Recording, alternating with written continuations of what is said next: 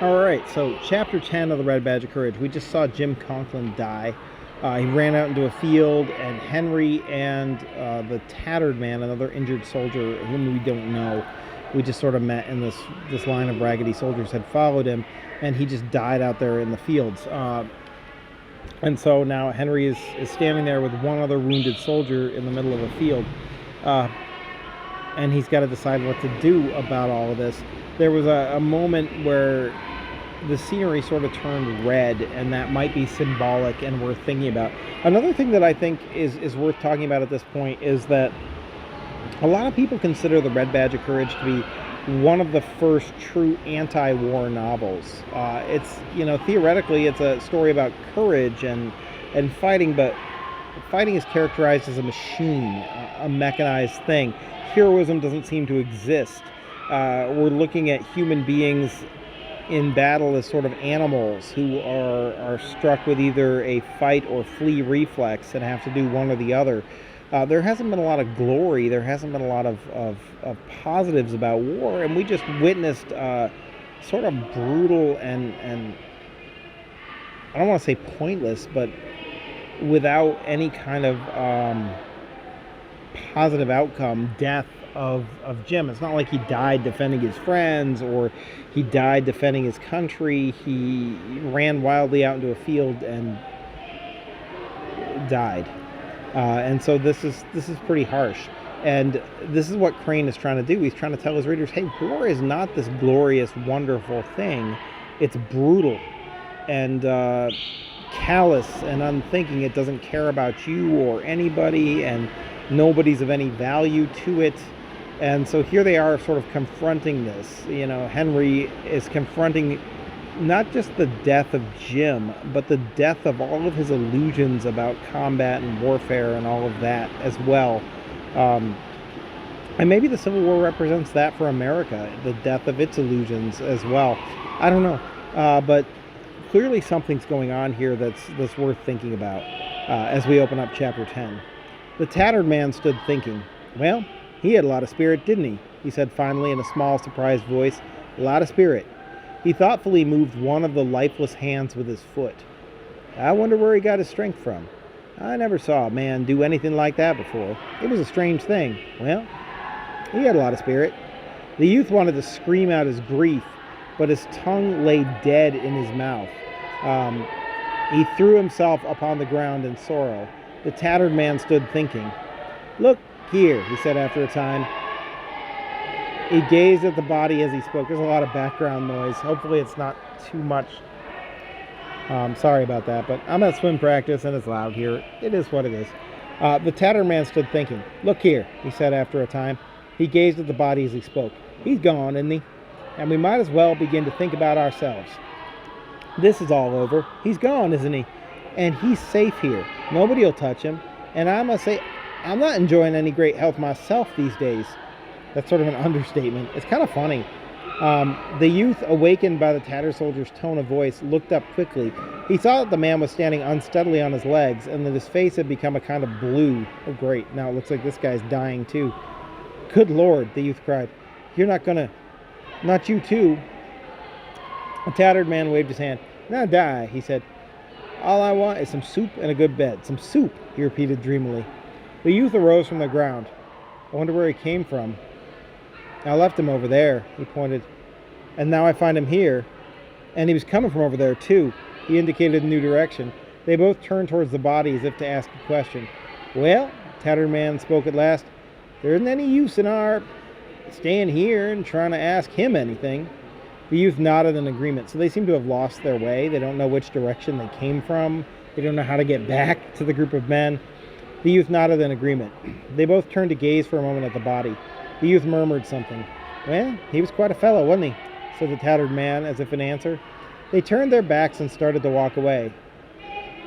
I'm beginning to feel very bad, said the tattered man, suddenly breaking one of his little silences. I'm beginning to feel very bad, the youth said. Oh, Lord. He wondered if he were to be the suffering witness to another death. But his companion waved his hand reassuringly. Oh, I'm not going to die yet. There's too much dependent on me for me to die yet. No, sir. Not die, I can't. You ought to see the children I got at home. So this tattered man has kids. The youth glanced at his companion and could see by the shadow of a smile that he was making some kind of fun. As they walked heavily along, the man continued to talk. Besides, if I died, I wouldn't die the way that fellow did. That was the strangest thing. I'd just lay down, I would. I never saw a fellow die the way that fellow did. A tattered soldier continued. Tom Jameson lives next to my house at home. He's a nice fellow, he is, and we were always good friends. He's clever, too. Well, when we were fighting this afternoon, all of a sudden he began to curse and scream at me. You're shot, he screamed. I put my hand to my head, and when I looked at my fingers, I saw sure enough I was shot. I gave a shout and began to run, but before I could get away, another one hit me in the arm and turned me all the way around. There was all shooting behind me, and I ran. I think I'd be fighting still if Tom Jameson hadn't told me I was shot. This is a contrast to Henry, right? This guy got shot, and he was still fighting. He didn't even know he was shot. He had to be told he was shot, and then he started running away. Then he made a calm announcement. I don't believe I can walk much farther. They went slowly along in silence. You look quite bad yourself, said the tattered man at last. I think you've got a worse wound than you think. You ought to take care of your hurt. Where is it located? But he continued to talk without waiting for a reply. I saw a fella get hit in the head once, the tattered soldier said, and everybody shouted out to him. Hurt, John? You hurt much? No, he said. He looked surprised, and he kept telling him how he felt. He said he didn't feel anything. But by God, the next thing that fellow knew, he was dead. Yes, he was dead, stone dead. So you want to be careful. You might just have some kind of queer hurt yourself. You can't ever tell. Where's yours located? The youth had been uncomfortable since the beginning of the subject. He now gave a cry of impatience and made an angry motion with his hand. Oh, don't talk to me, he said. He was angered at the tattered man and could have killed him. His companions seemed always to play unbearable parts. They were ever upraising the shadow of shame on the stick of their curiosity. He turned toward the tattered man. It's interesting, the shadow of shame on the stick of their curiosity. It's like the shame is a flag that flies over his head. And you know, this is one of the things about the Red Badge of Courage that is off-putting to some readers, and maybe even to me. Here's Henry with this guy who's clearly injured, maybe mortally injured, and Henry's more concerned about his own shame than this guy's injury. You know, like that's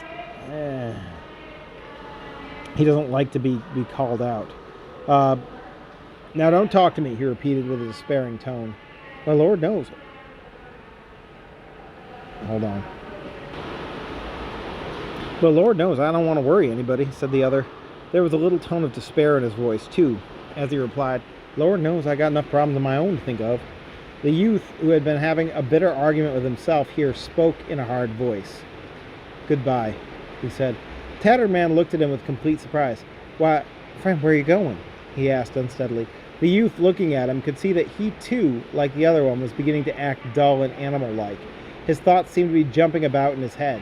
So Henry realizes this guy's going to die, and he's going to have to watch the same sort of scene himself a second time, and he decides to leave, which is pretty heartless, but at the same time, I think, understandable. The other was speaking in a trembling voice. Now, look here, you, Tom Jameson, now, I won't allow this. This isn't right. Where are you going? Now, it's interesting that the tattered soldier, who is now also dying, starts referring to Henry as Tom Jameson. Tom Jameson is his friend from back home, his neighbor, who joined with him in the battle.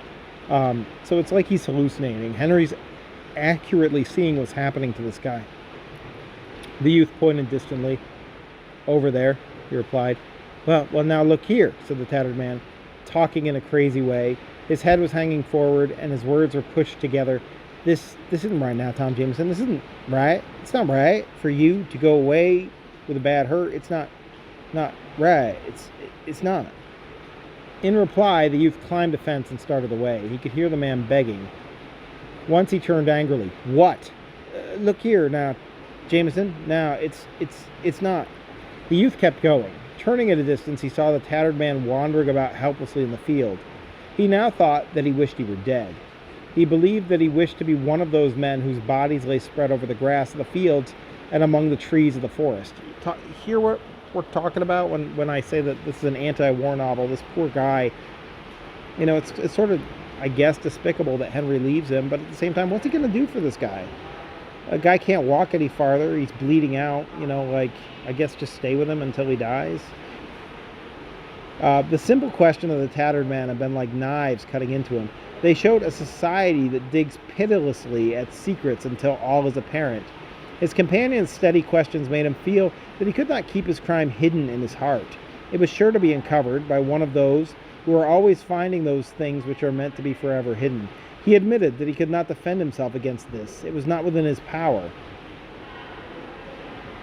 So at the end of the chapter, Henry abandons the wounded man. He starts heading back to the battle, but he's still consumed with his own worries about his own cowardice. You'd think the deaths of these two soldiers might have shaken that from him, made him realize that courage and cowardice are not important in the grand scheme of things, but they did not. He's definitely still concerned about himself and his own reputation. And I think that makes it difficult to admire Henry, but that's not what Crane's after. Crane wants to write a character who feels real, and who is not, a paragon of virtue. It's not somebody that you're trying to look up to. He doesn't want you looking up to warfare, and so he gives you Henry, and you kind of got to deal with Henry's actions. Some good, some very questionable at best. So that's where chapter 10 ends. We'll stop there, and we'll see Henry travel back to the battlefield starting in chapter 11.